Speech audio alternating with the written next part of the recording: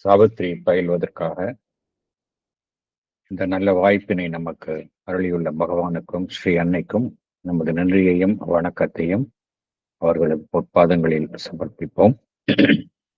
இத்தருணத்தில் நம் மனதில் எழும் ஒவ்வொரு எண்ணத்தையும், இங்கு நாம் பேசும் ஒவ்வொரு வார்த்தையையும் அவர்களுக்கு காணிக்கையாக சமர்ப்பிப்போம். அனைவருக்கும் மாலை வணக்கம். இப்பொழுது நாம் Savitri book 1, the book of beginnings, Canto 2, the issue பார்த்து கொண்டிருக்கின்றோம். லாஸ்ட் செஷன்ல பேஜ் 19 லைன்ஸ் 321 to 326 அந்த வரிகளுடன் முடித்திருந்தோம். இந்த வரிகளை மீண்டும் ஒரு முறை பார்த்துவிட்டு நம்ம மேலே செல்லலாம். Page 19 lines 321 to 326. Across the awful march no eye can see, barring its dreadful route no will can change. She faced the engines of the universe. A heart stood in the way of the driving wheels. Its giant workings paused in front of a mind. Its stark conventions met the flame of a soul. பகவான் இங்க எதை பத்தி சொல்றாரு அப்படின்னா, இந்த பிரபஞ்சத்தினுடைய செயல்பாடு, பிரபஞ்சம் ஒரு விதிக்கு உட்பட்டு செயல்பட்டு கொண்டிருக்கின்றது. அதுலதான் அந்த பிரபஞ்சத்தினுடைய எந்திரங்கள் செயல்பட்டு கொண்டிருக்கின்றன. அதை யாரும் மாற்ற முடியாது. அந்த பாதையை யாரும் மாற்ற முடியாது. அந்த பாதையில தான் சாவித்ரி தனியே நிற்கின்றாள். அந்த இயந்திரங்களினுடைய அந்த செயல்பாட்டையும் அதனுடைய சக்கரங்களினுடைய சுழற்சியையும் தடுத்து நிறுத்துகின்றாள். இந்த பாதை என்பது நம்முடைய ஸ்தூல கண்களுக்கு புலப்படாத பாதை. சூட்சும ஞானத்திற்குத்தான் இந்த பாதை புரியும். இது ஆபத்துக்கள் நிறைந்த பாதை. இந்த பாதையினுடைய போக்கை யாருமே மாற்ற முடியாது. எந்த மனித சங்கல்பமும் மாற்ற முடியாது. அதிலிருந்து யாரும் தப்பிக்கவும் முடியாது. ஆனால் சாவித்ரி அந்த பாதையினுடைய குறுக்கே மறித்து அதனுடைய போக்கை, அதனுடைய அந்த இயற்கையினுடைய அந்த பிரபஞ்சத்தினுடைய சக்கரத்தின் சுழற்சியை தடுத்து நிறுத்துகின்றாள்.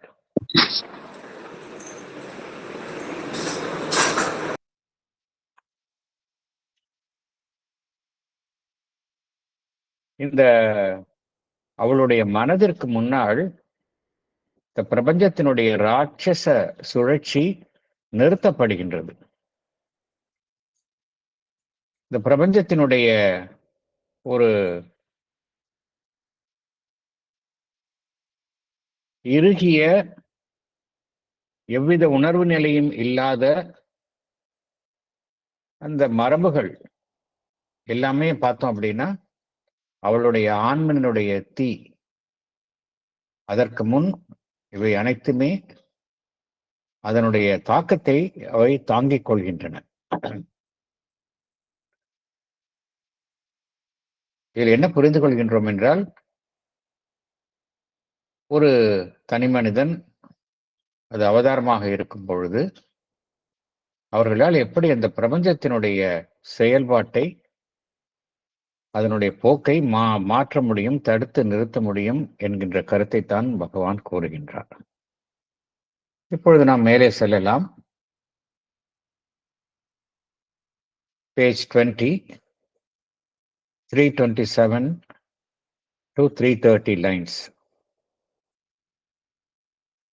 A magic leverage suddenly is caught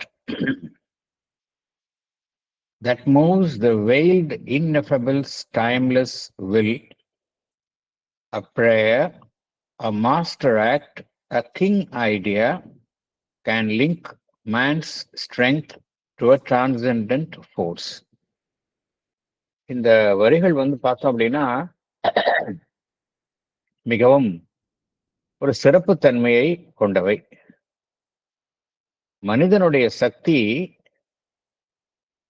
எவ்வளவு வல்லமை உடையது, அது அந்த இறை சக்திக்கு பணிந்து அதனுடன் ஒரு தொடர்பை ஏற்படுத்திக் கொள்ளும் பொழுது அந்த மனித சக்தி எவ்வாறு ஒரு சர்வ வல்லமையை பெறுகின்றது என்பதை குறிக்கும் வரிகள். நாம் முதல்ல இதனுடைய பொருளை பார்ப்போம். தென் அதனுடைய ஆழமான பொருளுக்கு அதற்கு பின்னால் உள்ள ஆழமான பொருளை நாம் பார்க்கலாம். Magic leverage. மேஜிக்னா என்ன அர்த்தம்? ஒரு ஒரு மந்திரம். அது மந்திரம். லெவரேஜ்னா என்ன அர்த்தம்? நெம்புகோல். லெவரேஜ் அப்படிங்கிறது ஒரு நெம்புகோல். ஒரு நெம்புகோல் இருந்ததுன்னா நம்மால ஒரு பெரிய பாறையை கூட நகர்த்த முடியும். அது எப்படிப்பட்ட நெம்புகோலா இருக்கின்றது? Magic leverage. மந்திர சக்தியுடைய ஒரு நெம்புகோலாக இருக்கின்றது. Magic leverage suddenly is caught. அதை ஒரு எதிர்பாராத வண்ணம் அது நம் பிடிக்குள் வருகின்றது. that moves the veiled that moves-னா அந்த அந்த லெவரேஜ், அந்த லீவர் அது என்ன செய்கின்றது? that moves the veiled-னா திரை போட்டு மறைக்கப்பட்டுள்ள the veiled ineffables. ineffable அப்படிங்கிறது என்ன அர்த்தம்? வார்த்தைகளினால் எதனாலும் விளக்க முடியாத அந்த பரம்பொருள் சுப்ரீம், அதுதான் ineffable. அது எப்படி இருக்கு? that moves the veiled ineffables timeless will. காலத்திற்கு அப்பாற்பட்டுள்ள சங்கல்பம். எது? அந்த மந்திர திறவுகோல் என்ன செய்கின்றது?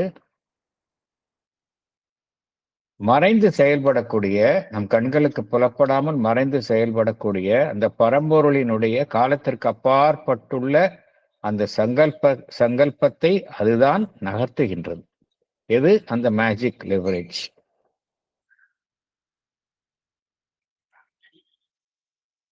அதை ஒருவர் தன் வசம் கொள்ள வேண்டும் என்றால் என்ன செய்யணும்? a prayer, பிரார்த்தனை, a master act, ஒரு மகோன்னதமான செயல், a king idea, ஒரு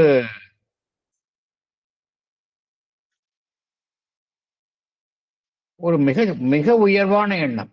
கிங் ஐடியான்னு என்ன அர்த்தம்? மிக உயர்வான எண்ணம், அதுதான் அர்த்தம் இருக்கு. a prayer, a master act, a king idea can link. என்ன செய்யும் அது? லிங்க், இணைக்கும். எதை இணைக்கும்? மேன்ஸ் ஸ்ட்ரெங்க், மனிதனுடைய வல்லமையையும் மனிதனுடைய வலிமையையும் எதனுடன் இணைக்கும்? டு a transcendent force, அனைத்திற்கும் அப்பால் உள்ள அந்த பரம்பொருளினுடைய சக்தி. டிரான்சென்டென்ட்னா அனைத்திற்கும் அப்பால், எல்லைக்கு அப்பால். ஃபோர்ஸ்னா அது இறை சக்தி. ஃபோர்ஸ் பகவான் கேபிட்டல்ஸ்ல போட்டிருக்கார். ஸோ இந்த மேஜிக் லிவரேஜ் என்ன செய்யும்? அந்த அனைத்திற்கும் பின்னால், திரைமறைவிற்கு பின்னால் செயல்படும் அந்த பரம்பொருளினுடைய காலத்திற்கு அப்பாற்பட்டுள்ள அந்த சங்கல்பத்தை இணைக்கும். எதன் மூலமாக இணைக்க முடியும்? பிரார்த்தனை, ஒரு மாபெரும் செயல் அல்லது ஒரு மிக உயர்வான எண்ணம். அதன் மூலமாக என்ன செய்யும்? மனிதனுடைய வலிமையையும் அனைத்திற்கும் அப்பால் உள்ள அந்த பரம்பொருளினுடைய சக்தியையும் இணைக்கும். இதுதான் இதனுடைய மேலோட்டமான பொருள். உள்ள என்ன ஆழமான பொருள்னு பார்க்கலாம். நம்ம பிரபஞ்சத்துல பார்த்தோம் அப்படின்னா ஒரு சங்கல்பம் செயல்படுகின்றது. இப்ப நம்ம பிரபஞ்சத்துல நாம் சிந்திச்சு செயல்படுகின்றோம். நாம் சங்கல்பித்து செயல்களை செயல்படுத்துகின்றோம். அது ஒரு பிளேன்ல அது மாதிரி செயல்படுறோம், ஒரு தளத்துல. ஆனா அதற்கும் மேல பார்த்தோம் அப்படின்னா வேறு ஒரு உயரிய சங்கல்பம் செயல்படுகின்றது. இந்த உயரிய சங்கல்பம் பார்த்தோம் அப்படின்னா அது காலத்திற்கும் இடத்திற்கும் அப்பாற்பட்டது. It's beyond time and space. அது எதனுடைய சங்கல்பம் என்றால் அந்த பரம்பொருளினுடைய சங்கல்பம். அதை நம்மால வார்த்தையில விளக்க முடியாது, அதை வர்ணிக்கவும் முடியாது.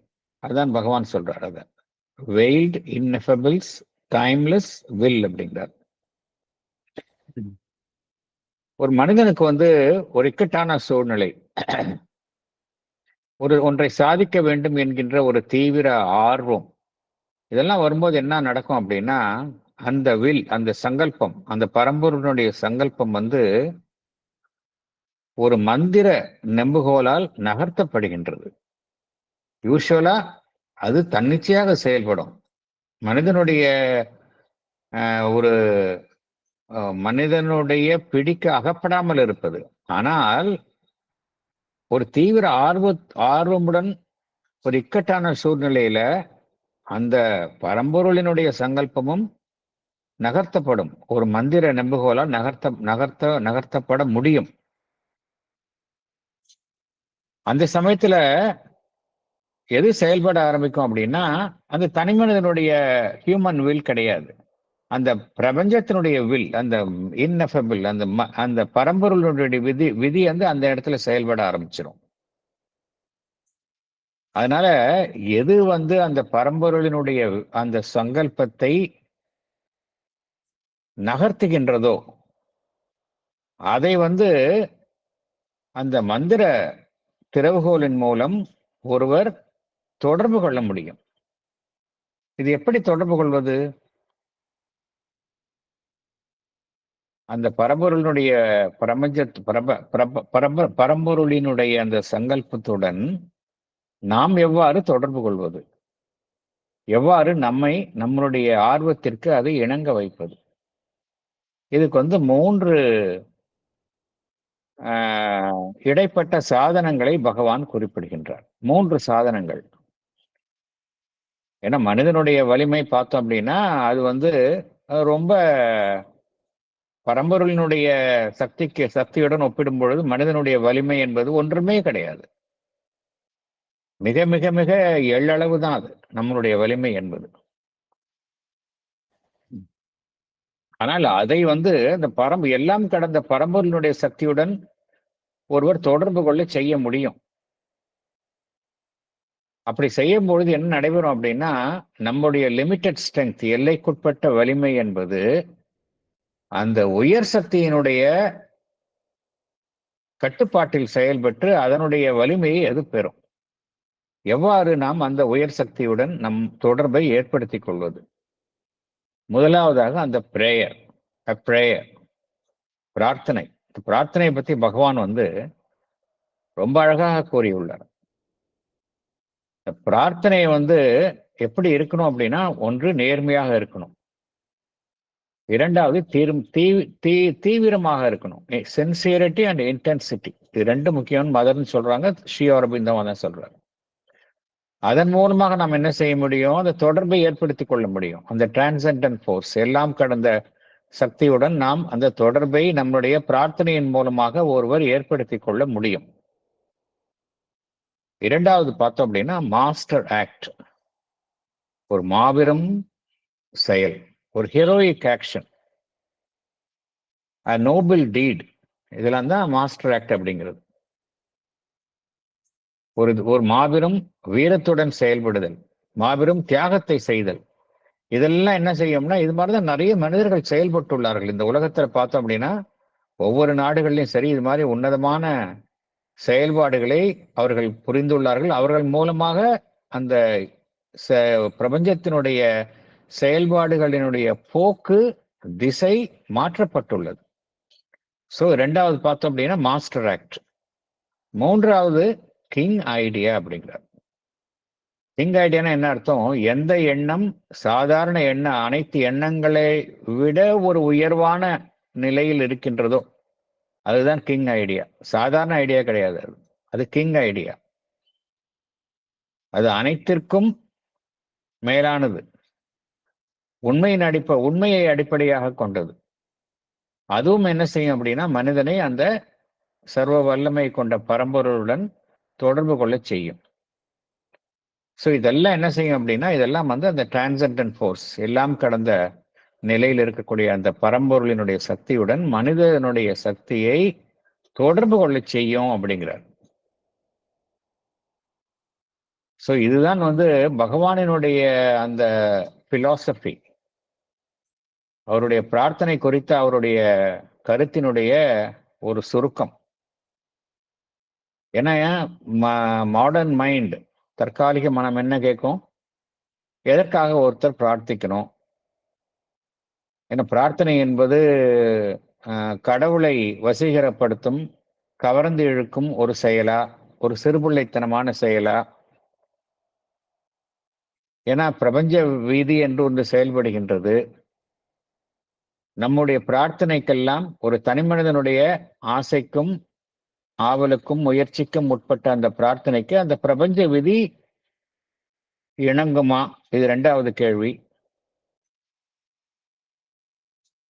அந்த பரம்பொருள் இறைவனுடைய செயல்பாட்டு குறுக்கிட்டு அந்த பிரபஞ்ச விதியை அது தள்ளி வைக்க முடியுமா? இதெல்லாம் வந்து ஒரு அறிவுக்கு புறம்பான கருத்துக்களாக காணப்படவில்லையா? மூட நம்பிக்கைகளாக காணப்படவில்லையா என்றெல்லாம் நவீன மனம் இந்த கேள்விகளை கேட்கும்.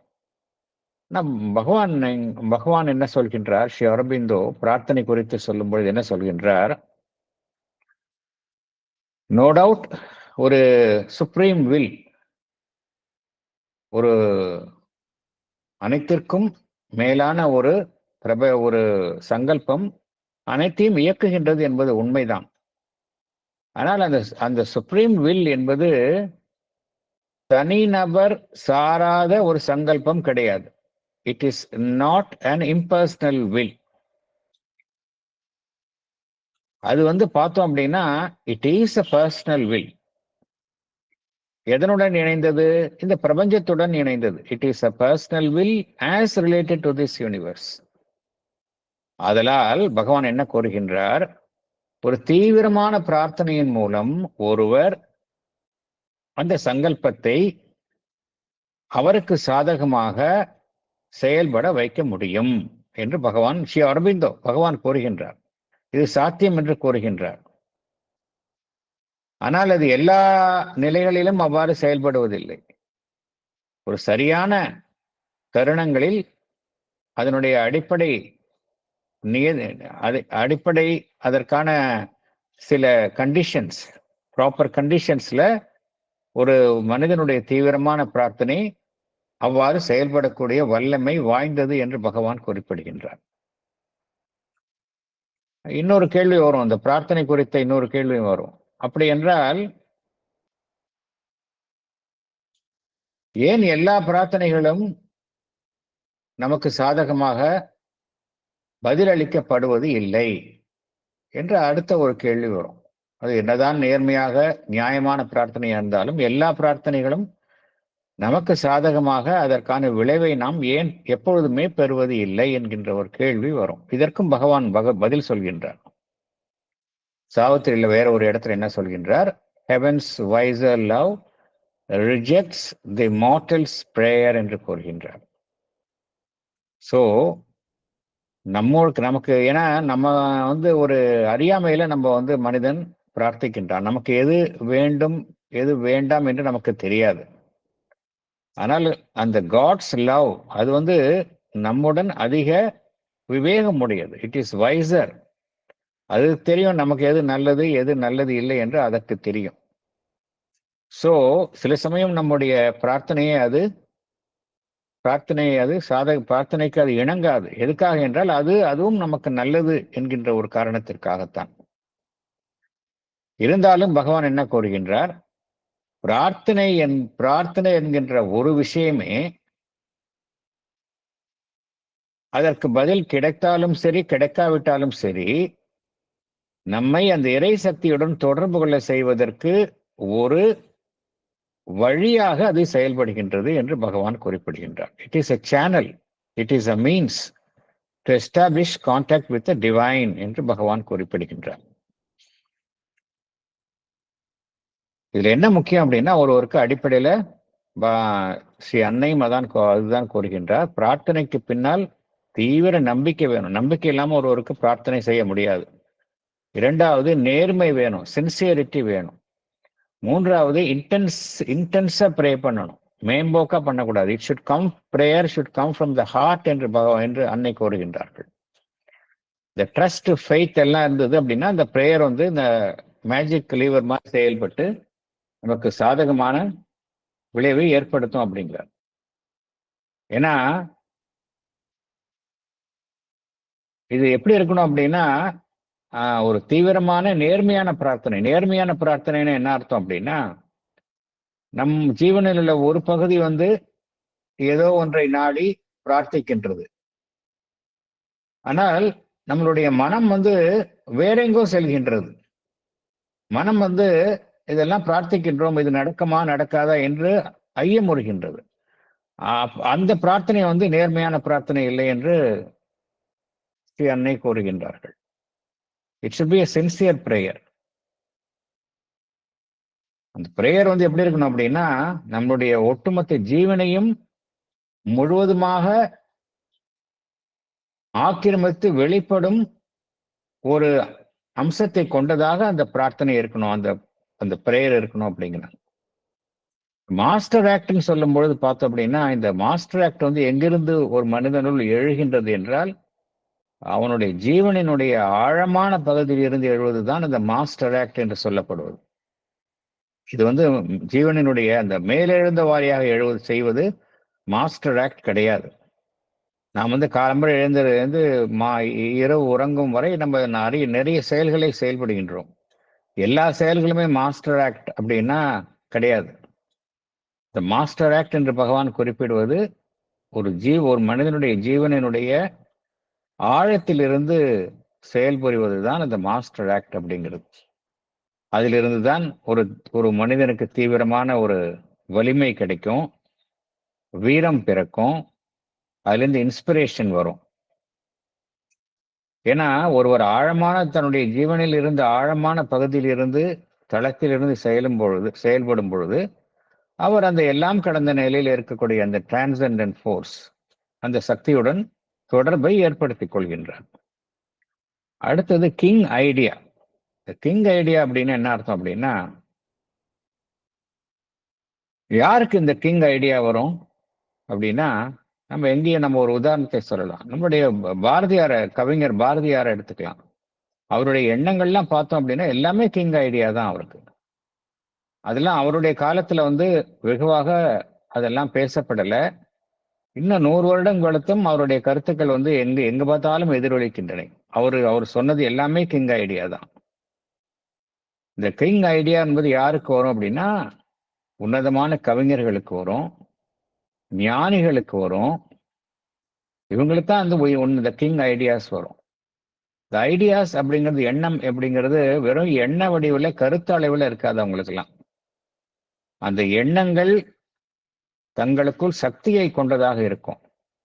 அந்த எண்ணங்கள் வெறும் எண்ணங்களாக இருக்காது. அந்த எண்ணங்கள் தங்களுடைய சக்தியின் மூலம் எந்த எண்ணத்தை அவைகள் தாங்கி நிற்கின்றனவோ அந்த எண்ணத்தை ஒரு செயல் வடிவமாக மாற்றக்கூடிய சக்தியை உடையது. அதுதான் கிங் ஐடியா அப்படிங்கிறது. நமக்கு வந்து நிறைய எண்ணங்கள் தோன்றிக்கொண்டே இருக்கின்றன. அதில் மெஜாரிட்டி வந்து பார்த்தோம் அப்படின்னா அழிந்து விடக்கூடிய எண்ணங்கள், நிலைத்து நிற்கக்கூடிய எண்ணங்களாக இருக்காது. ஆனால் இந்த கிங் ஐடியா என்பது எல்லா எண்ணங்களுக்கும் மேலே ஒரு உச்ச நிலையில் இருப்பது. அது நிலைத்து நிற்கும், செயல்படும், எந்த கருத்தை தாங்கி இருக்கின்றதோ அந்த கருத்தை செயலாக்கக்கூடிய திறமை வாய்ந்தது. இதைத்தான் அதனால்தான் இந்த வரிகள் வந்து ரொம்ப ஒருவர் ஆழமாக புரிந்து கொள்ளணும். இது நம்ம வாழ்க்கையுடன் சம்பந்தப்பட்டது. சாவித்திரியை எப்படி படிக்கணும்னு மதர் எப்படி சொல்லியிருக்காங்கன்னு நம்ம ஏற்கனவே பார்த்துருக்கோம். மீண்டும் மீண்டும் அதை வந்து நம்ம ரிலேட் பண்ணிக்காம படிக்கவே முடியும். வெறும் படிக்கணும் அப்படிங்கிறதா படிக்கிறதோ, அப்படி படித்தோம் அப்படின்னா அதுக்கு but you should relate it with your own life. நமக்கு அதில் என்ன மெசேஜ் இருக்கு நம்ம ரெலவெண்ட்டாக படிக்கும் பொழுதுதான் அதற்குரிய அந்த சக்தியை நம்மால பெற முடியும். இந்த டிரான்ஸ்ஃபார்மிங் பவர், நம்மளை திருவுருமாற்றம் செய்யக்கூடிய சக்தியை நாம் அதிலிருந்து பெற முடியும். அதனால் இந்த வரிகள் வந்து ரொம்ப முக்கியத்துவம் வாய்ந்த வரிகள்.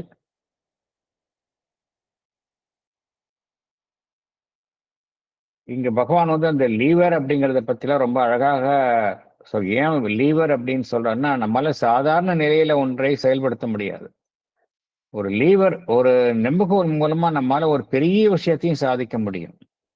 அத்தகைய நெம்புகோல்களாக செயல்படுவதைத்தான் இந்த பிரேயர், மாஸ்டர் ஆக்ட், அந்த கிங் ஐடியா அப்படிங்கிறது.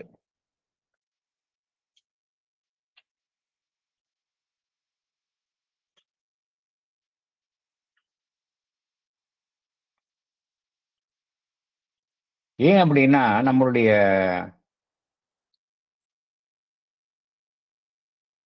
இந்த பிரபஞ்சம், இந்த பரம்பொருளினுடைய சங்கல்பம் வந்து காலத்திற்கு அப்பாற்பட்டது.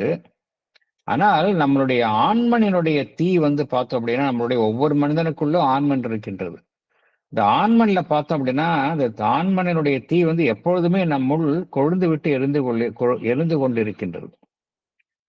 அதை வந்து நம்ம என்ன செய்யணும் அப்படின்னா, அந்த பரம்பொருளினுடைய காலத்திற்கு அப்பாற்பட்டுள்ள சங்கல்பத்துடன் நம்மால தொடர்பு கொள்ள செய்ய முடியும். இந்த மந்திர நம்புகோலின் மூலமாக நம்மால் நம்முடைய ஆன்மத்தையும் பரம்பொருளினுடைய அந்த காலத்திற்கு அப்பாற்பட்டு செயல்படும் சங்கல்பத்தையும் தொடர்பு கொள்ள செய்ய முடியும். இந்த பிரேயர், இந்த மாஸ்டர் ஆக்டிங் ஐடியா மூலம் செய்ய முடியும்.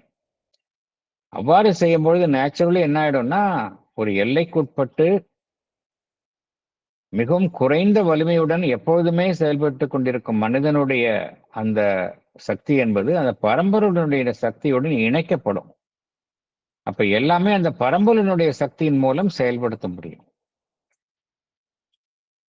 இந்த செயல்பாடு என்பது என்ன புரிஞ்சுக்கணும் அப்படின்னா, இந்த பிரபஞ்சத்தினுடைய இயந்திர கதியான சக்தியை விட மேலானது. அதுக்கு தான் பகவான் சொல்றார். வழக்கமாக வந்து பிரபஞ்சத்தினுடைய எந்திர கதியான செயல்பாடு, எந்திரத்தன்மை வாய்ந்த செயல்பாடு, அந்த பிரபஞ்சத்தினுடைய அந்த சுழற்சி, இதற்கு அடிமைப்பட்டு தான் மனிதன் செயல்படுகின்றான். ஆனால் மனிதன் இத்தகைய அந்த மந்திர திறவுகோலின் மூலமாக அந்த எல்லாம் காலத்திற்கு அப்பாற்பட்டு இருக்கக்கூடிய, எல்லாம் கடந்த நிலையில் இருக்கக்கூடிய அந்த பரம்பொருளினுடைய சக்தியுடன் தொடர்பு கொள்ளும் பொழுது, அவன் இந்த பிரபஞ்சத்தினுடைய இயந்திர கதியான விதிக்குட்பட்ட வாழ்விற்கு அடிபணிந்து, அடிமைப்பட்டு, முடங்கி செயல்பட வேண்டும் என்கின்ற நிலையில் இருந்து மனிதன் விடுவிக்கப்படுகின்றான். அதனாலதான் இந்த வரிகளுக்கு அவ்வளவு முக்கியத்துவம் வாய்ந்தது. அடுத்த லைன்ஸ் போகலாம். Page 20, 331 to 333. இப்போ இது மாதிரிலாம் செஞ்சோம் அப்படின்னா என்ன ஆகுது அப்படின்னா, then miracle is made the common rule. One mighty deed can change the course of things. A lonely thought becomes omnipotent. பொருள் பார்ப்போம். Then miracleனா அற்புதங்கள் is made the common rule. சராசரியான எப்பொழுதுமே செயல்படும் வழக்கமான விதியாக மாறிடும். அற்புதங்கள் எப்பொழுதுமே நடக்கும், எப்பொழுதாவது நடக்கும். ஆனா அது எப்பொழுதுமே செயல்படக்கூடிய ஒரு விதியாக மாறிவிடும் அப்படிங்கிறார். ஒன் மைட்டி டீட், மைட்டினா ஒரு ஒரு ஒரு மாபெரும் சக்தியுடைய செயல். One mighty deed can change, மாற்றத்தை உண்டு பண்ணும். எதை மாற்றும்? த கோர்ஸ் ஆஃப் திங்ஸ், இந்த பிரபஞ்சத்தினுடைய செயல்பாடுகளினுடைய போக்கை அது மாற்ற வல்லது. A lonely thought becomes omnipotent. ஒரு தனி மனிதனுடைய தனிப்பட்ட எண்ணம் என்பது சர்வ வல்லமை பொருந்தியதாக மாறிவிடும். இதுதான் அர்த்தம். அதுக்கு ரொம்ப ஆழமான, இதுக்கு பின்னால் உள்ள பொருளை நம்ம பார்க்கலாம். வழக்கமா பார்த்தோம் அப்படின்னா, நடக்க முடியாதது நடந்தது அப்படின்னா நம்ம அதை அற்புதம் என்று கூறுகின்றோம். நம்மால கற்பனை பண்ணி பார்க்க முடியாது, நம்ம நடக்கவே முடியாது அப்படின்னு நினைக்கிறது நடந்தது அப்படின்னா நம்ம என்ன சொல்றோம்? அற்புதம் அப்படிங்கிறோம், மிரக்கல் அப்படிங்கிறோம். ஆனால் இது மாதிரி நம்ம ஒரு பிரபஞ்ச சக்தியுடன் நம்முடைய சங்கல்பத்தை இணைக்கும் பொழுது என்ன நடைபெறுகின்றது என்றால், எதை நாம் அற்புதம் என்று கூறுகின்றோமோ அதுவே நம்மளுடைய அன்றாட வாழ்வினுடைய விதியாக மாறிவிடும். அது மாறிவிடும்போது என்ன ஒரு எண்ணத்தை உண்டாக்கும் அப்படின்னா, அந்த மனிதன் அதை ஒரு அற்புதமாகவே கருத மாட்டான். அவனுக்கு வழக்கமா தான் இருக்கும். ஏன் அப்படின்னா, அந்த இடத்துல நம்ம அந்த எல்லாம் கடந்த நிலையில் இருக்கக்கூடிய அந்த டிரான்சென்டன்ட் ஃபோர்ஸ், அதை நாம் அங்கு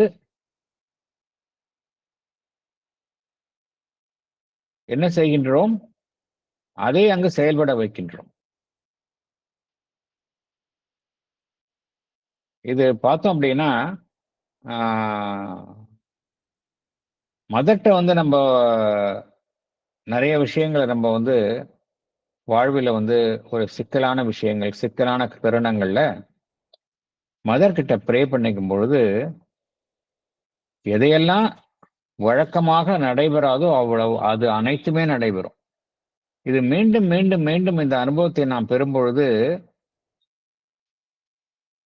நம்மை பொறுத்த வரைக்கும் பார்த்தோம் அப்படின்னா, நமக்கு இது மிரக்கலாவே இருக்காது. அது சாதாரண ஒரு சாதாரண நிகழ்வுனா அதற்காக நாம் அதனுடைய ஒரு சிறப்புத்தன்மையை அறியாமல் இருப்பதில்லை. சிறப்புத்தன்மையை அறிந்திருப்போம். இருந்தாலும் அது அது எப்படி நமக்கு உணர்வோம் என்றால், அது இயல்பாக நடைபெறும் ஒரு நிகழ்ச்சி போல உணர்வோம். அதே சமயம் அது ஸ்ரீ அன்னையினுடைய சக்தியினால் தான் நடைபெறுகின்றது என்பதையும் நாம் உணர்வோம். இது ஒவ்வொருவரும் அனுபவத்தில் காணலாம். அதே போல ஒரு மாபெரும் செயல், ஒரு மகோன்னதமான செயல் வரலாற்றில் பார்த்தோம் அப்படின்னா, வரலாற்றினுடைய போக்கையே மாற்றக்கூடியது. இது நிறைய ஹிஸ்டரியில பார்க்கிறோம் நம்ம. எப்படி கார்ல் மார்க்ஸ் பொருளாதார சிந்தனையே மாற்றினார். மகாத்மா காந்தி எடுத்துக்கிட்டோம் அப்படின்னா, இந்திய சுதந்திர வரலாற்றினுடைய போக்கையே மாற்றினார். இது மாதிரி நிறைய நம்ம இன்யூமரபிள் எக்ஸாம்பிள்ஸ் பார்க்கலாம். இவங்க எல்லாம் பார்த்தோம் அப்படின்னா அந்த மைட்டி டீட் இதை செய்தவர்கள் தான். ஏன்னா இதுல என்ன நடைபெறுகின்றது என்றால், அவர்களுடைய தனியான அந்த சாலிட்டரி தாட் அப்படிங்கிறது, தனியே இருக்கக்கூடிய எண்ணம் சர்வ வல்லமை பொருந்திய எண்ணமாக மாறிவிடுகின்றது. அது அனைத்திற்கும் மேலான ஒரு வலிமையை பெறுகின்றது. அது என்ன செய்கின்றது? அந்த எண்ணம் ஒரு செயல் வடிவத்தை, ஒரு செயல் திறனை அடைந்து அதை செயலாக்கி விடுகின்றது. சர்வ வல்லமையுடன் அது செயல்படுகின்றது. ஆம்னிபொட்டன்ட் ஆயிடுது. என்ன காரணம்? ஏன் அந்த சாதாரண ஒரு எண்ணம் ஆம்னிபொட்டன்ட், சர்வ வல்லமை பொருந்திய சக்தியாக மாறுகின்றது என்றால், அதற்கு காரணம் என்ன என்றால், ஏற்கனவே நாம் எதனுடன் ஒரு தொடர்பை ஏற்படுத்திக் கொள்கின்றோம்? அந்த டிரான்சென்டன்ட் பவர், எல்லாம் கடந்த சக்தியுடன் தொடர்பை ஏற்படுத்திக் கொள்வதனால், நம்முள் தோன்றக்கூடிய ஒரு தனிய எண்ணம் ஒரு சர்வ வல்லமை பொருந்திய எண்ணமாக மாறிவிடுகின்றது. இதைத்தான் பகவான் கூறுகின்றார், a lonely thought becomes omnipotent அப்படிங்கிறார். ஆம்னிபொட்டன்ட் என்ன அர்த்தம்? சர்வ வல்லமை பொருந்தியது. அதனால சாதிக்க முடியாது அப்படிங்கிறதே கிடையாது.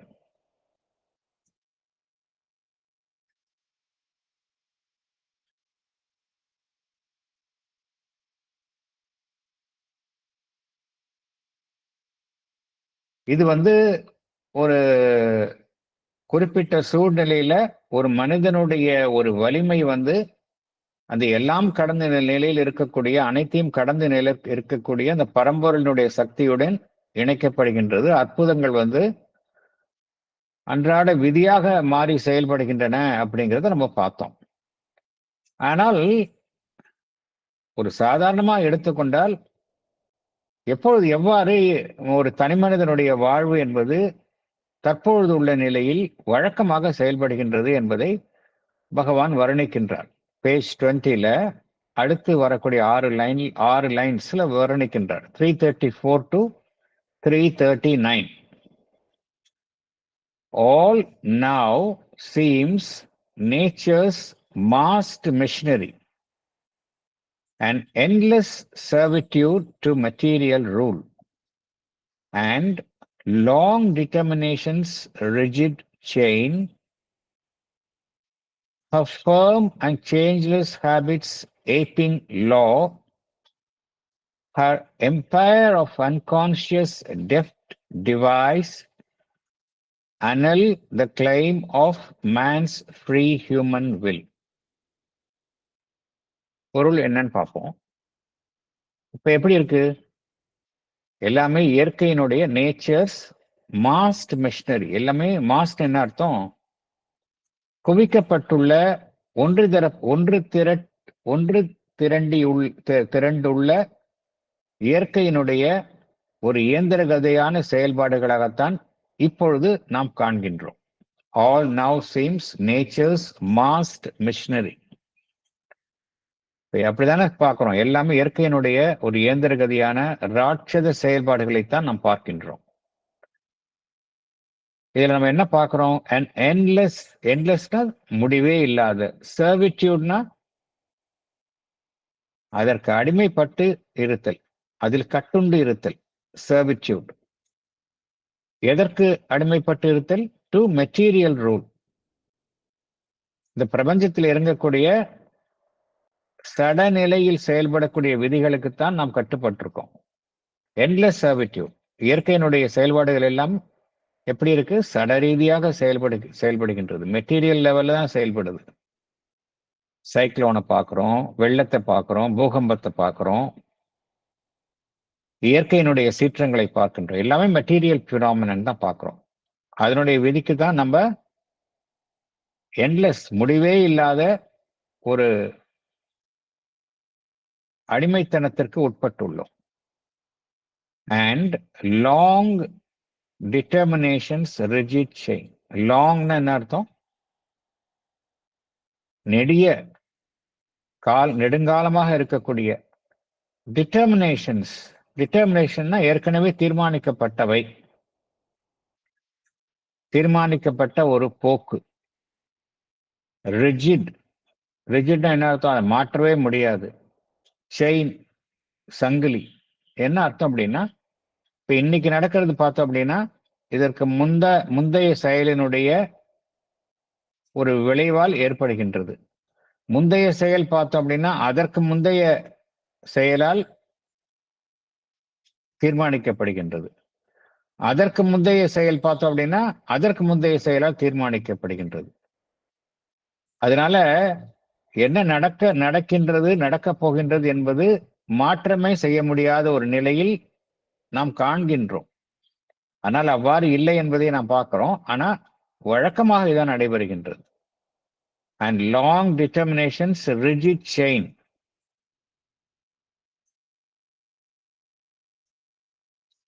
firm and changeless habits, aping law. Sir அப்படின்னா யார சொல்றார் பகவான்? அந்த இயற்கையை பத்தி சொல்றார். சார் அப்படிங்கிறது பகவான் சொல்றது அந்த இயற்கையை பத்தி சொல்றார். firmனா உறுதியான, அண்ட் சேஞ்ச்லெஸ் ஹேபிட்ஸ், மாற்றமே இல்லாத பழக்கங்கள். ஹேபிட்ஸ், பழக்கங்கள்லாம் எல்லாமே பார்த்தோம் அப்படின்னா ஹேபிட்ஸ் தான். அது இந்த மாற்றமே இல்லாத பழக்கங்கள் எவ்வாறாக தங்களை காட்டிக்கொள்கின்றன? ஏப்பிங் லா. ஏதோ ஒரு மாபெரும் விதி போன்று தங்களை தவறாக காட்டிக்கொள். ஏப்பிங் என்ன அர்த்தம்? காப்பி அடிக்கிறது. அது போல பிரிட்டன் பண்றது. உயர்வான விதிகள் போன்று பழக்கங்கள் தங்களை காட்டிக் கொள்கின்றன. இயற்கையினுடைய பழக்கங்கள், மாற்றமே அடையாத பழக்கங்கள் ஏதோ ஒரு உயர்வான விதியில் செயல்படுவது போன்று தங்களை காட்டிக் கொள்கின்றன. Her firm and changeless habits, aping law. Her empire of unconscious deft device. இயற்கையினுடைய சாம்ராஜ்யம், அதான் her empire. எப்படி இருக்கு? அன்கான்சியஸா இருக்கு. சில சமயம் பார்த்தா நமக்கு அதுல கான்சியஸா இருக்குதா இல்லையா நம்மளால பார்க்க முடியல. ஒரு சட நிலையில செயல்படக்கூடிய விஷயங்கள், நிறைய விஷயங்களை பார்க்கும்பொழுது அன்கான்சியஸா இருக்கு. ஆனா அன்கான்சியஸா இருந்தாலும் அது மிகவும் டெஃப்ட்னா என்ன அர்த்தம்? Highly skilful. டெஃப்ட் டிவைஸ், ரொம்ப ஸ்கில்ஃபுல், ரொம்ப ஒரு திறமையுடன் கொண்ட ஒரு சாதனங்களுடன் கூடிய இயற்கையாகத்தான் நாம் பார்க்கிறோம். இயற்கையினுடைய இது பாருங்க, ஒவ்வொரு இடத்துலையும் பார்த்தோம் அப்படின்னா அதற்கு பின்னாடி வந்து ஒரு கிளவர் அரேஞ்ச்மெண்ட் இருக்கிறத பார்க்கிறோம். மெட்டீரியல் பினாமினலும் சரி, ஒரு சின்ன ஒரு செல் உயிரினமாக இருந்தாலும் சரி, தாவர இனமாக இருந்தாலும் சரி, அனிமல்ஸா இருந்தாலும் சரி, ஈவன் கீழ் நிலையில அதனுடைய உணர்வற்ற நிலையில் இருப்பது போல தோன்றினாலும் அதனுடைய செயல்பாடுகள்ல பார்த்தோம் அப்படின்னா ஒரு டெஃப்ட் என்ன அர்த்தம், மிகவும் ரொம்ப ஒரு துல்லியமாக செயல்படக்கூடிய ஒரு திறமை வாய்ந்தது. டெஃப்ட் ஸ்கில்ஃபுல்னு அர்த்தம். Deft device. அந்த ஒரு க அந்த க அந்த ஒரு க அந்த கருவியை அது அந்த தங்களுள் கொண்டதாக செயல்படுகின்றது. இயற்கையினுடைய செயல்பாடுகள்லாம் பார்த்தோம் அப்படின்னா மேம்போக்கா அன்கான்சியஸா இருக்கு. ஆனா it has a deft device. இதெல்லாம் என்ன செய்கின்றது அப்படின்னா, இதெல்லாம் பார்த்தோம். இயற்கையினுடைய செயல்பாடுகள்லாம் என்ன செய்கின்றது? இத்தகைய செயல்பாடுகள் அனல். அனல்னா என்ன அர்த்தம்? அழிக்கின்றது. எதை அழிக்கின்றது? நிராகரிக்கின்றது. த கிளைம், கோரிக்கை. யாருடைய கோரிக்கை? ஆஃப் மேன்ஸ், மனிதனுடைய ஃப்ரீ, எந்த விதமான ஒரு சுதந்திரமாக செயல்படும் மனிதனுடைய அந்த சங்கல்பத்தை அது நிராகரிக்கின்றது, அழிக்கின்றது. எது? இந்த இயற்கையினுடைய இவ்வாறான செயல்கள். இயற்கை வந்து எந்திரகதியா இருக்கும். அது எதை பத்தியும் கவலைப்படாது. தனி மனிதனுடைய சுதந்திரமாக செயல்படும் சங்கல்பம் இருக்கின்றதா, செயல்பட வேண்டுமா வேண்டாமா என்பதை பொறுத்து அதுக்கு கவலையே கிடையாது. இப்படித்தான் இயற்கை செயல்படுகின்றது. இதனுடைய பொருள் அதுதான். இதனுடைய ஆழமான பொருளை பார்க்கலாம். இப்ப நம்ம உலகத்தை பார்க்கும் பொழுது என்ன பார்க்கிறோம் அப்படின்னா, ஒரு ஹியூஜ் மிஷினரி ஆஃப் நேச்சர், இதுதான் நம்ம பார்க்கிறோம். இயற்கையை நம்ம பாரபட்சம் ஒரு இம்பர்சனலா பார்த்தோம் அப்படின்னா, ஒரு ஹியூஜ் மிஷினரி ஆஃப் நேச்சர், இதுதான் பார்க்கிறோம். இங்க எல்லாமே இயந்திர கதியுடன் செயல்படுகின்றது. மெக்கானிக்கலா இருக்கு. இந்த எல்லாமே பிளானட்ஸ், ஒவ்வொரு பிளானட்டும் சுத்துறதுல இருந்து solar system, weather conditions, acts of nature எல்லாம் மெக்கானிக்கலா இருக்கு. மெக்கானிக்கலா இருப்பது மாத்திரம் இல்ல, ஒரு மாபெரும் ராட்சத அளவுல செயல்படுகின்றது. ஜைகாண்டிக் ஸ்கேல்ல செயல்படுகின்றது. இத்தகைய ஒரு இயற்கையினுடைய விதிகளுக்கு நாம் அடிமைப்பட்டுள்ளோம். நம்மளுடைய இந்த இயற்கையினுடைய இந்த விதிகளுக்கு நம்மளுடைய அடிமைத்தனம் என்பது முடிவே இல்லாத இருக்கின்றது, என்லெஸ்ஸா இருக்கின்றது. அப்புறம் நம்ம எல்லோருமே பார்த்தோம் அப்படின்னா என்ன நடைபெறுகின்றது என்றால், எந்த ஒரு சங்கிலியில் நாம் எல்லோருமே கட்டுண்டுள்ளோம் என்றால், இந்த டிட்டர்மினேஷன்ஸ் என்ன அர்த்தம்? தீர்மானிக்கப்பட்ட விதிகள். அது விதின்னு சொல்றோம் நம்ம. ஏன்னா எது இன்றைக்கு தீர்மானிக்கப்படுகின்றதோ அது ஏற்கனவே தீர்மானிக்கப்பட்டவையால் இன்றைக்கு தீர்மானிக்கப்படுவது நடக்கின்றது. நாளைக்கு நடக்க போவது இன்றைக்கு நடக்கும் ஒன்றால் தீர்மானிக்கப்படுகின்றது. இதுல என்ன பார்க்கிறோம்? நம்ம கண்டினியூஸ் சீக்வன்ஸ் ஆஃப் டிட்டர்மினேஷன் பார்க்கிறோம். ஒன் ஆஃப்டர் அனதர் பார்க்கிறோம். அதுதான் வந்து நம்முடைய வாழ்க்கையை வழிநடத்துவது போல தோன்றுகின்றது. இதெல்லாம் இந்த சங்கிலி வந்து அறுக்க முடியுமா அப்படின்னா முடியாது. ரிஜிடா இருக்கு, ரிஜிட் செயினா இருக்கு. இதற்குத்தான் ஒவ்வொரு மனிதனும் கட்டுண்டு இருக்கின்றான். அவனுடைய வாழ்வுல அவனுக்கு சுதந்திரமே இல்லாது இருப்பது போல அவன் உணர்கின்றான். இயற்கையினுடைய விதி எவ்வாறு செயல்படுகின்றது? நேச்சர்ஸ் லா. இயற்கையினுடைய விதிங்கிறது உண்மையிலே பார்த்தோம் அப்படின்னா என்னன்னா, மீண்டும் மீண்டும் நடைபெறக்கூடிய அந்த வழக்கமான பழக்க வழக்கங்கள் தான் இயற்கையின் விதி போல காணப்படுகின்றது. It is habits repeating themselves. ஒரே மாதிரியான மீண்டும் மீண்டும் தோன்றக்கூடிய அந்த பழக்கங்கள், இயற்கையினுடைய பழக்கங்கள், ஹேபிட்ஸ், மாற்றமே இல்லாத நடைபெறக்கூடிய பழக்கங்கள். இது எத்தகைய தோற்றத்தை அது எடுத்து தன் மீது ஏற்படுத்துகின்றது? ஒரு விதி என்பது போன்ற ஒரு தோற்றத்தை தான் ஏற்படுத்திக் கொள்கின்றது. They wear the appearance of a law. இதற்கு பார்த்தோம் அப்படின்னா ஸ்ரீ அன்னையும் வந்து ஒரு உதாரணம் கூறுகின்றார்கள். நம்ம வந்து இயற்கையா ஒரு நம்ம ஒரு கருத்தை எல்லோருமே ஏற்றுக்கொண்டுள்ளோம். என்ன அப்படின்னா, பிறக்கப் போகும் அனைவருமே ஒரு நாள் இறக்கத்தான் வேண்டும் அப்படின்னு நம்ம ஒரு கருத்தை அனைவருமே ஒரு இயற்கையினுடைய விதியாக நாம் அனைவருமே ஏற்றுக்கொண்டுள்ளோம். இது குறித்து ஸ்ரீ அன்னை என்ன கூறுகின்றார்கள் என்றால், மரணம் என்பது ஒரு விதி அல்ல அப்படிங்கிறாங்க. Death is not a law அப்படிங்கிறாங்க. It is really a long habit of nature என்றுதான் ஸ்ரீ அன்னை கூறுகின்றார்கள். அதனால அந்த பழக்கத்தை நம்மால அந்த விதியை மாற்ற முடியும் என்றுதான் ஸ்ரீ அன்னையும் கூறுகின்றார்கள். இதெல்லாம் பார்த்தோம் அப்படின்னா, இத்தகைய மாற்றமே மாற்றவே முடியாத விதிகள் போன்று தோற்றமளிக்கும் இயற்கையினுடைய அந்த வழக்கமான செயல்பாடுகள் எல்லாம் என்ன செய்கின்றன அப்படின்னா, மனிதனுடைய சுதந்திரமான சங்கல்பத்துக்கான ஒரு சங்கல்பத்தின் மீதான ஒரு கோரிக்கையை வந்து நிராகரிக்கின்றன, மறுக்கின்றன.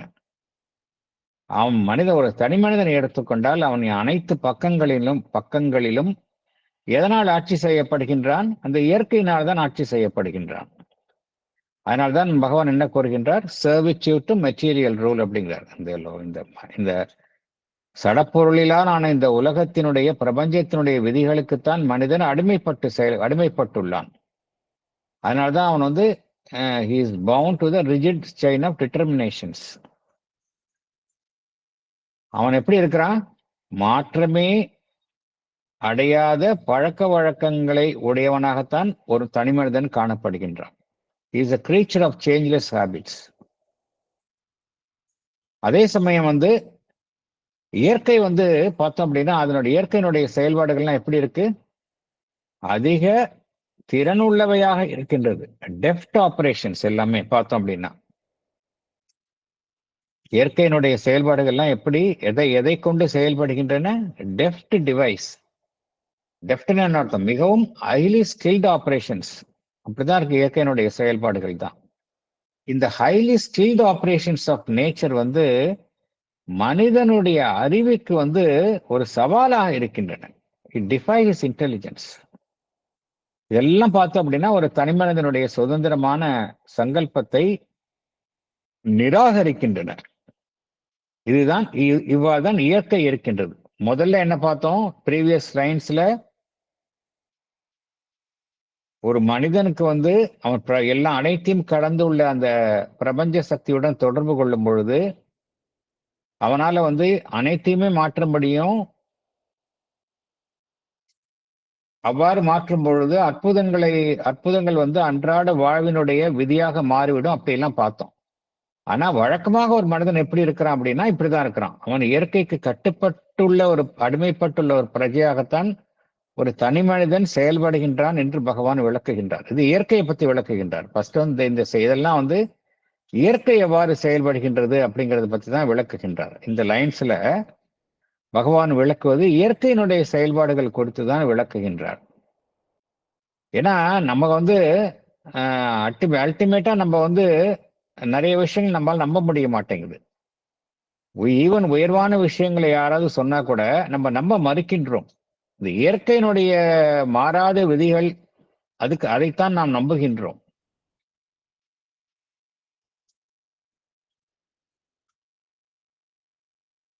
இயற்கையினுடைய அந்த ஒரு நுகத்தடியில் தான் நாம் அனைவருமே சிக்கிக் கொண்டு செயல்படுகின்றோம். அதனால என்ன என்ற ஒன்று தோன்றுகின்றது என்றால் ஒரு தனி மனிதருக்கு வந்து ஒரு சுதந்திரமான ஒரு செயல்படும் சங்கல்பம் என்பது கிடையாது. இயற்கை தான் அனைத்து சர்வ வல்லமையுடன் செயல்படுகின்றது போன்ற ஒரு தோற்றம் இங்கு காணப்படுகின்றது. இது இயற்கையை பொறுத்த வரைக்கும். அடுத்த ஒரு 4 வரியில பகவான் வந்து மனிதனை பற்றி கூறுகின்றார். Lines 340 to 343, page 20, lines 340 to 343. ரொம்ப அற்புதமான வரிகள் மனிதனை பத்தி. முதல்ல இயற்கையை பத்தி பார்த்தோம். அடுத்தது மனிதனை பத்தி சொல்கின்றார் பகவான். He too is a machine amid machines. A piston brain pumps out the shapes of thought. A beating heart cuts out emotions modes. An insentient energy fabricates a soul. பொருள் பார்க்கலாம். He too, ஹீனா மனிதனை குறிப்பிடுகின்றார். Man மனிதனை பற்றி குறிப்பிடுகின்றார். He too is a machine. Machine amidst machines, இயந்திரங்களுக்குள்ள இருக்கக்கூடிய ஒரு இயந்திரமாகத்தான் மனிதனும் இருக்கின்றான். அவனுக்குள்ள எப்படி அவன் இயந்திரமா செயல்படுகின்றான்? Piston brain. அவன் பிரெயின் மூளை எப்படி இருக்கு? ஒரு பிஸ்டன். இயந்திரத்தில் இருக்கக்கூடிய அந்த பிஸ்டன் போலதான் இருக்கு. பிஸ்டன் என்ன செய்யும்? மேலங்கீழியும் போயிட்டு அந்த சக்தியை வந்து உருவாக்கும். அப்படித்தானே பிஸ்டன் செயல்படும். Piston brain. பிஸ்டன் பிரெயின் வந்து என்ன, எதை உற்பத்தி செய்கின்றது? Pumps out the shapes of thought. எண்ணங்களினுடைய வடிவங்களை அது உற்பத்தி செய்கின்றது. Beating heart. அவனுடைய இதயமும் ஒரு இயந்திரம் போல்தான் செயல்படுகின்றது. துடிக்கும் இதயமும் இயந்திரம் செயல்படுகின்றது. என்ன செய்கின்றது? Cuts out emotions mode. அவனுடைய உணர்ச்சிகளினுடைய வடிவத்தை அது வெளிப்படுத்துகின்றது. அவ்வளவுதான் அது. And insentient energy. இன்சென்டியன்ட் என்ன அர்த்தம்? Without any consciousness. எந்த விதமான ஒரு சென்சேஷனும் இல்லாம இருக்கிறது இன்சென்டியன்ட் அப்படிமோ.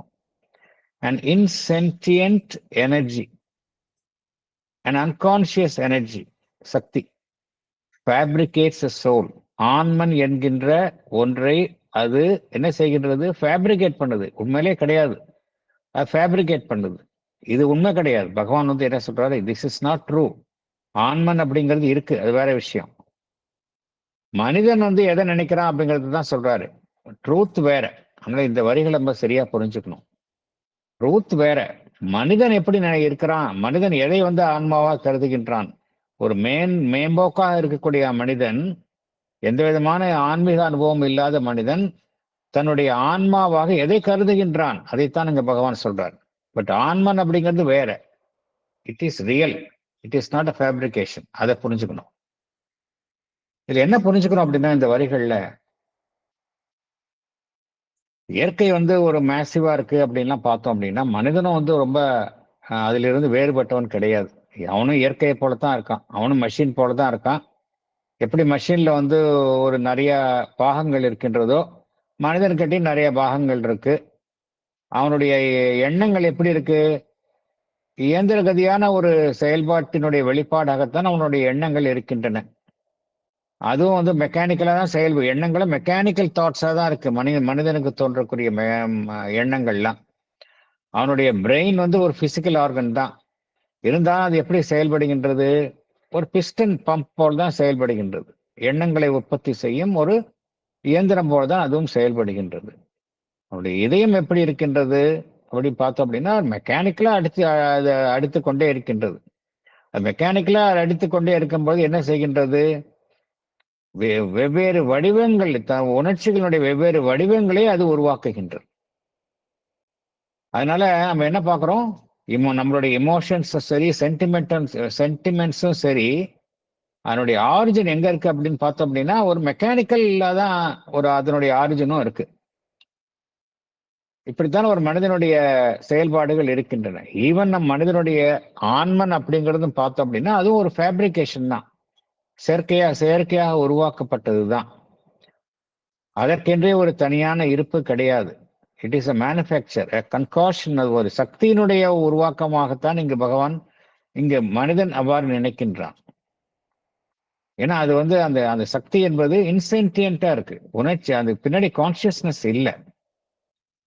அதனால என்ன மனிதன் எவ்வாறு உணர்கின்றான்? அவனுடைய ஆன்மன் என்பது ஒரு இன்சென்டியன்ட் மூமெண்ட், ஒரு வித்தவுட் எனி கான்சியஸ்னஸ். அதனுடைய விளைவாக காணப்பட ஒரு அம்சம்தான் ஆன்மன் என்று மனிதன் நினைக்கின்றான். அதனால இதெல்லாம் பார்க்கும்பொழுது என்ன பார்க்கிறோம் அப்படின்னா, மனிதனுடைய எண்ணங்களாக இருந்தாலும் சரி, இமோஷன்ஸாக இருந்தாலும் சரி, ஆன்மனாக இருந்தாலும் சரி, எல்லாமே வந்து அந்த மனிதன் என்கின்ற இயந்திரத்தில் உருவாக்கப்பட்டுள்ள ஒரு அமைப்புகளாகத்தான் மனிதன் மனிதன் அவைகளை அவ்வாறுதான் காணுகின்றான்.